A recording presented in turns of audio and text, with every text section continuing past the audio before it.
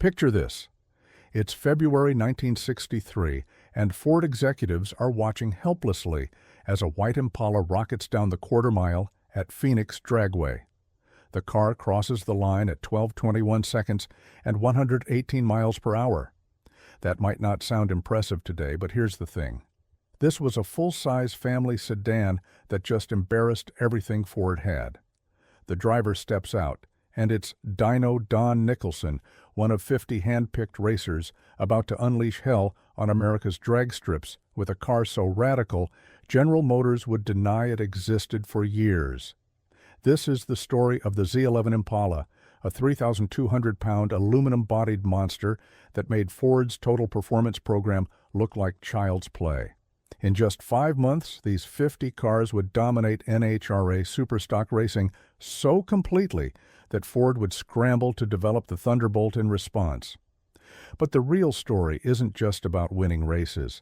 It's about how Chevrolet built a 430-horsepower drag weapon while pretending to follow GM's corporate racing ban, how they stripped 300 pounds from a family car using aerospace materials, and why this engine would become the foundation for big block dominance that lasted decades. To understand why Ford was terrified, we need to travel back to late 1962. General Motors had officially banned factory racing support. The Automobile Manufacturers Association agreement was supposed to keep everyone playing nice, focusing on safety and economy instead of speed.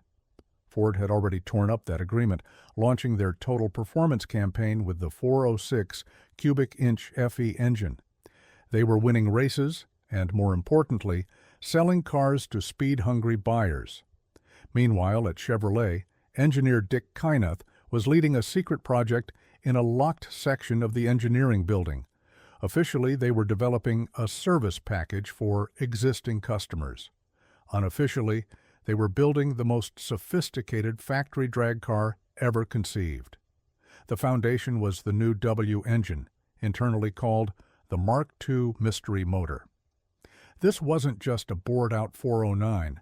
Chevrolet had completely redesigned the engine with one goal: absolute domination of super stock drag racing. The problem Chevrolet faced was weight. NHRA's super stock rules were simple. Your car was classified by weight divided by cubic inches. The lighter you were per cubic inch, the faster you could theoretically go. Ford's Galaxies, with their fiberglass components, were already pushing boundaries. But Chevrolet's engineers had a different solution. Aluminum. Not just a hood or a few brackets. We're talking about aluminum front fenders, aluminum hood, aluminum front and rear bumpers, and an aluminum two-piece intake manifold. The standard steel hood alone weighed 70 pounds. The Z11's aluminum version, 25 pounds. Each front fender dropped from 38 pounds to 14. The engineers even deleted sound deadening, replaced glass side windows with plexiglass, and stripped out everything non-essential. The heater? Gone. Radio? Not a chance. Even the front sway bar was deleted to save 18 pounds. But here's where it gets interesting. The heart of this beast was the 427 cubic inch W engine, RPO Z11, that gave the package its name. This engine was essentially a destroked version of the Mark II 427 that would debut months later as the Mark IV Big Block. The bore was 4.3 12 inches. The stroke was 3.65 inches. Compression ratio hit 13.5.1, requiring 103 octane fuel minimum. The camshaft was so aggressive that the engine wouldn't idle below 1,500 RPM. The cylinder heads were works of art. Intake valves measured 2.19 inches, exhausts were 1.72 inches. The ports were massive rectangular openings that flowed air like nothing Chevrolet had built before. The intake manifold was a two-piece aluminum unit with individual runners tuned for maximum power between 5,500 and 6,500 RPM. Two Carter AFB 4-barrel carburetors sat on top, each flowing 600 CFM. That's 200 CFM total, enough to support well over 500 horsepower if needed. The factory rated this engine at 430 horsepower at 6,000 RPM and 425 pound-feet of torque at 4,200 RPM. Those numbers were conservative. Way conservative. Dyno testing showed closer to 470 horsepower with proper tuning, and that was with the restrictive factory exhaust manifolds. The engine featured forged aluminum pistons, a forged steel crankshaft, and connecting rods that were shot-peened for strength. The valve springs were dual units with dampers capable of controlling the valves at 7,000 RPM, though most racers shifted at 6,500 to keep things together. The transmission choices were telling. You could get a Borg-Warner T10 4-speed manual with a 2.3.1 first-gear ratio, but most drag racers ordered the 2-speed Powerglide automatic. Now that might sound crazy. Why would you want fewer gears for drag racing? The Powerglide was virtually indestructible, lighter than any other automatic, and with only one shift required, it was consistently faster in the quarter mile. The rear axle ratios ranged from 3.31 to 456, with most Z11s leaving the factory with 4.11 gears. Chevrolet assembled exactly 50 Z11 Impalas between December 1962 and January 1963. The RPO Z11 package cost $537.40 on top of the base Impala's price.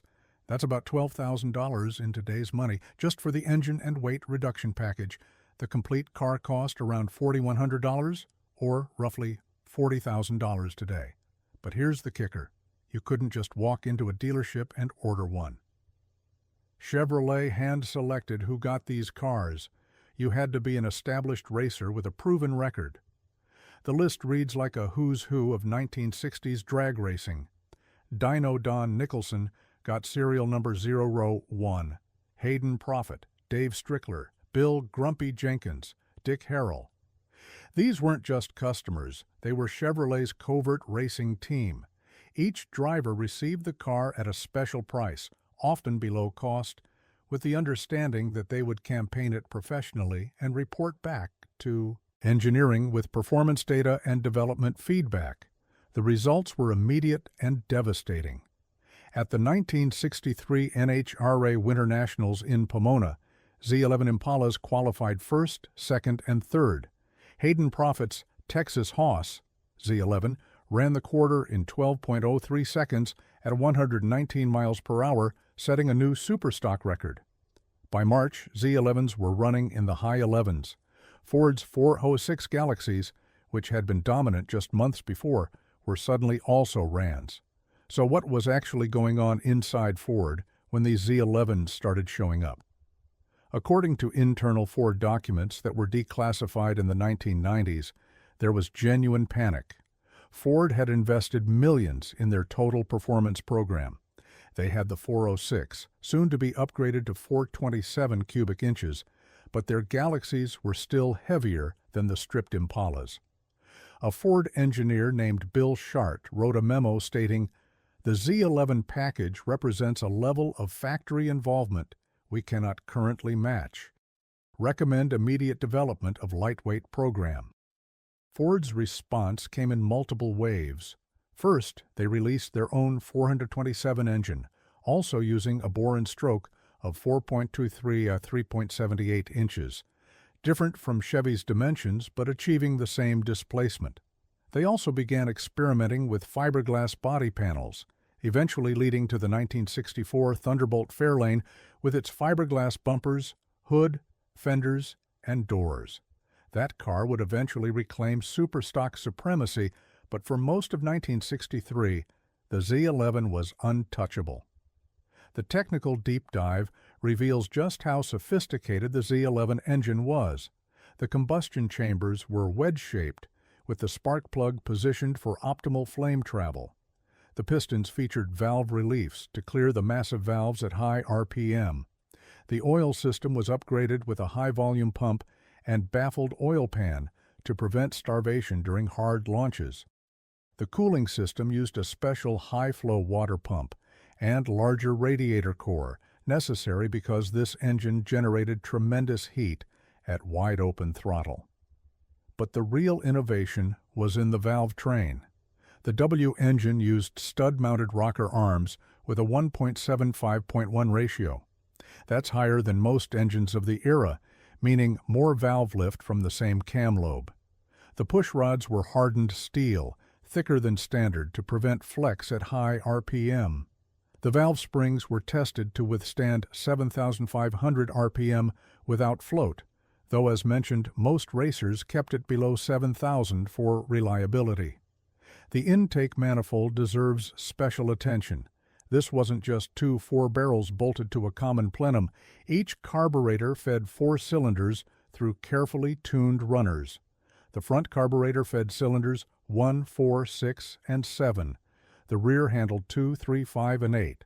This design, called a dual plane or 180-degree intake, provided better cylinder-to-cylinder mixture distribution and improved throttle response. At wide-open throttle, both carburetors worked together, flowing that massive 1,200 CFM. The exhaust system was equally impressive, even if it looked stock. The cast-iron exhaust manifolds were specifically designed for the W engine's port configuration. They featured larger passages than the 409 manifolds and smoother transitions to reduce turbulence. Most racers immediately ditched them for headers, which could add 30-40 horsepower, but even with manifolds, the engine was a monster. Let's talk about what happened when you actually drove one of these things. First, starting it was an event. The high compression meant the starter motor had to work hard, often requiring a heavy-duty battery or even 2 batteries in parallel. Once running, the engine shook the entire car at idle. Remember, it wouldn't idle below 1,500 RPM. The clutch was heavy, requiring serious leg strength. The close ratio 4-speed meant quick shifts were essential to keep the engine in its power band. But when you launched one properly, magic happened. The technique was critical. You'd bring the RPMs up to about 4,500, sidestep the clutch, and try to manage the wheel spin. Too much and you'd smoke the tires. Too little and you'd bog the engine. Get it right, and the Z11 would leap forward with violence that seemed impossible from a full-size car. The acceleration from 4,500 to 6,500 RPM was brutal, pinning you to the seat as that 427 screamed toward redline. The Powerglide cars were actually easier to launch consistently. You'd load the torque converter against the brakes, building boost to about 2,500 RPM, then release. The converter would flash to about 4,800 RPM, right in the meat of the power band. The 1-to-2 shift came at 6,500 RPM, dropping the engine back to about 4,700 RPM for the final charge to the finish line. Properly set up, a Z11 with Powerglide could run consistent 12.0s at 118, 120 mph. Now here's something most people don't know. While everyone focuses on the 50 Z11 Impalas, Chevrolet actually built engines beyond those 50 cars. They produced approximately 120 complete Z11 engines, with the extras going to select racers as replacement motors or for installation in other vehicles.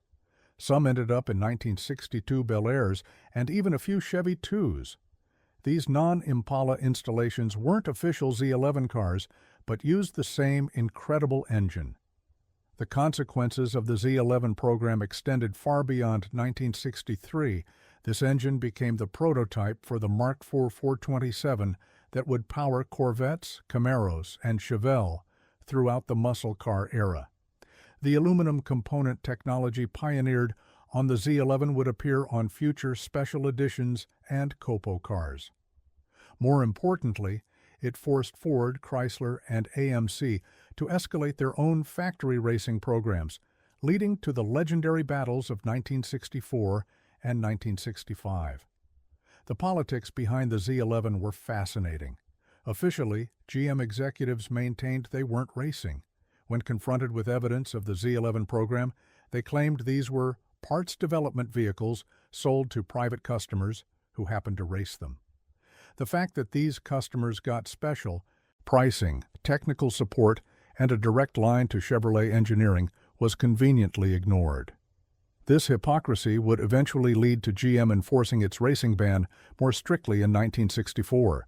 But for one glorious year, the Z11 ran wild. Consider the human element.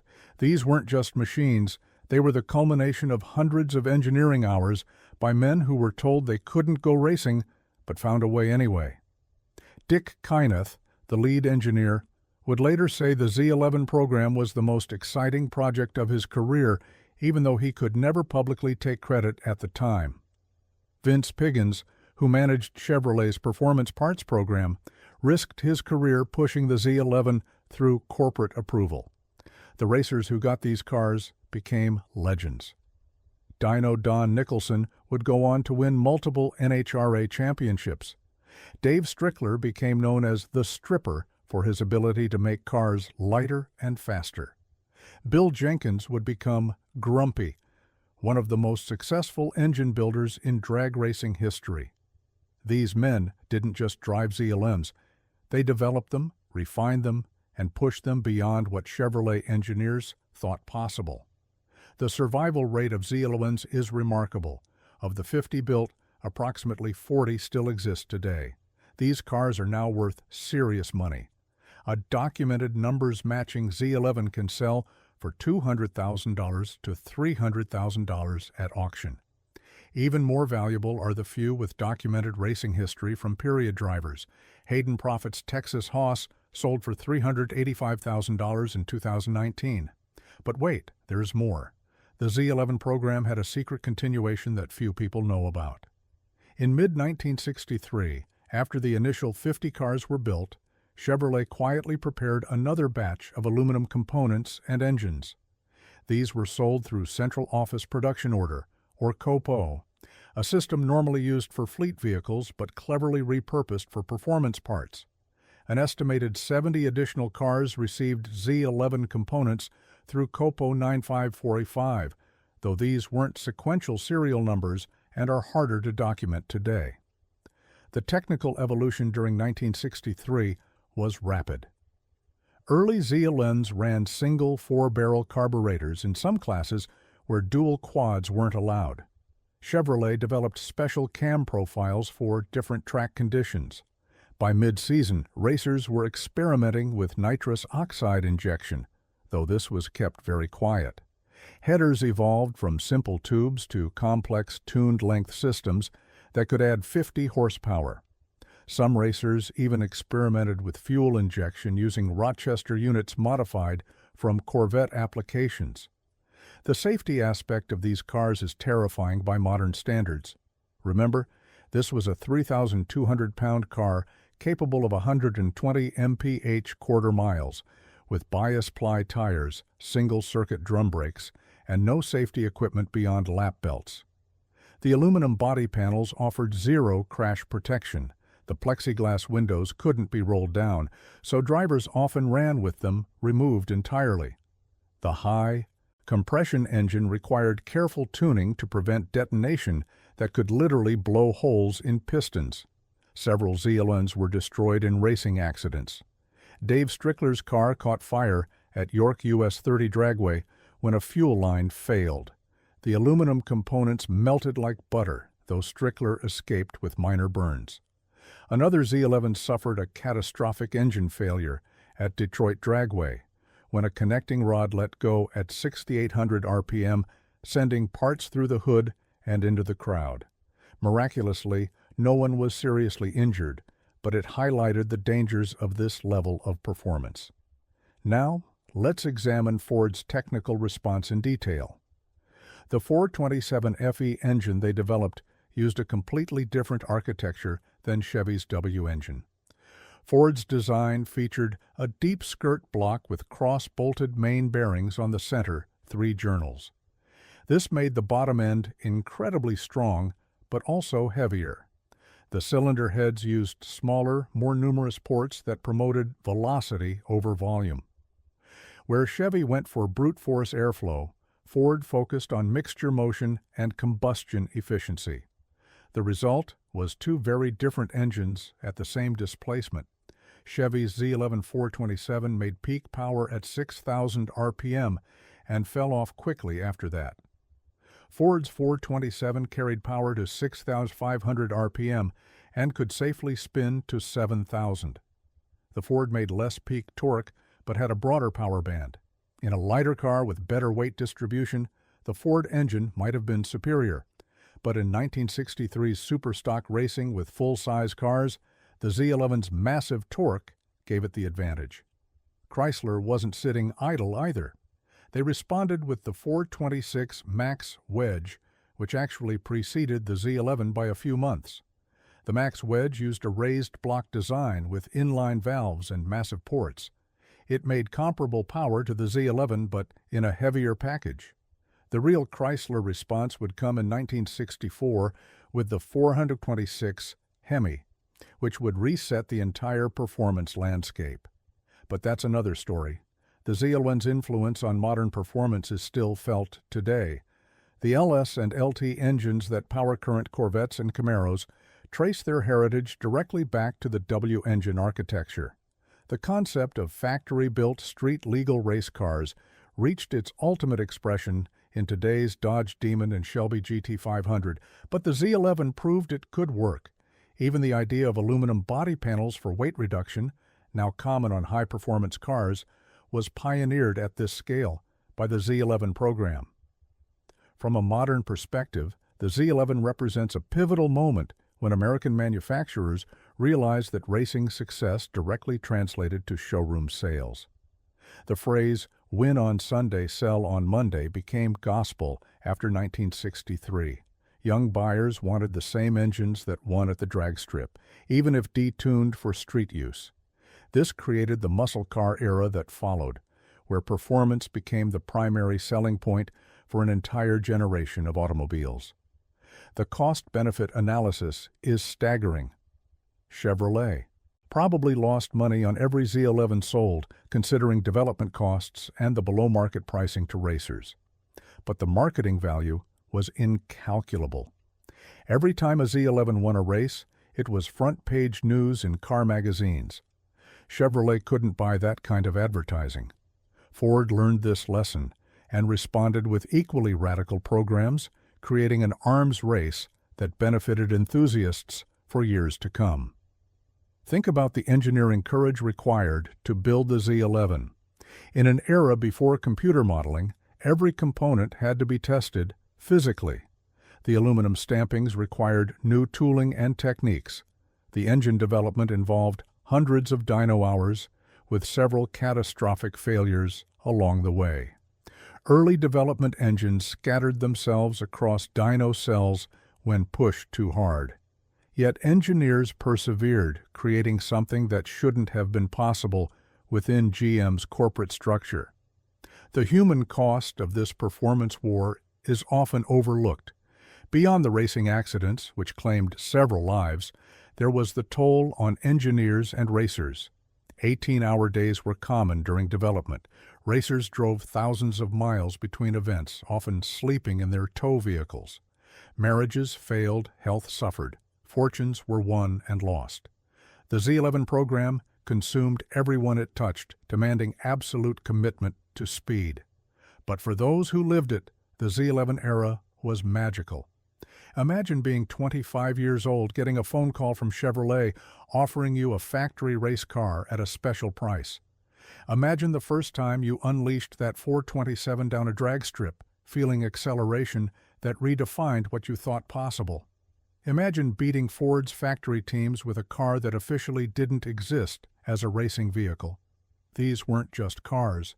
They were dreams made real in steel and aluminum.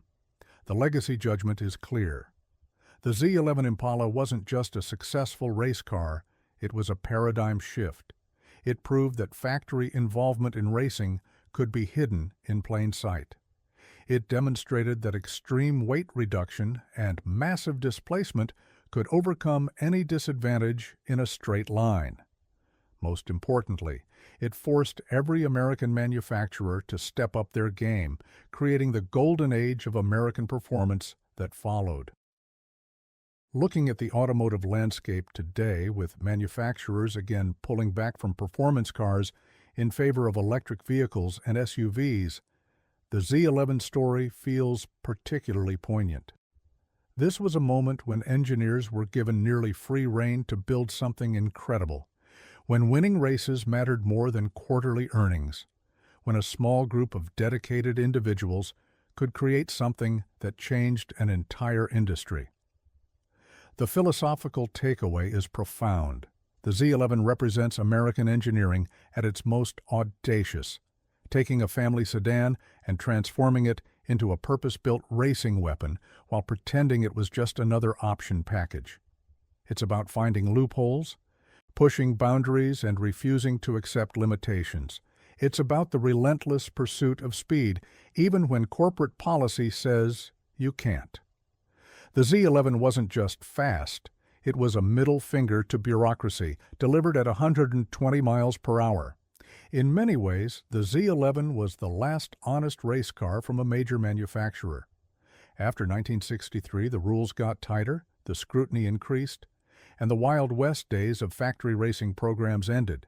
What followed was more regulated, more corporate, more careful. The Z11 existed in that brief moment when engineers could build something insane, hand it to racers, and watch the world try to keep up.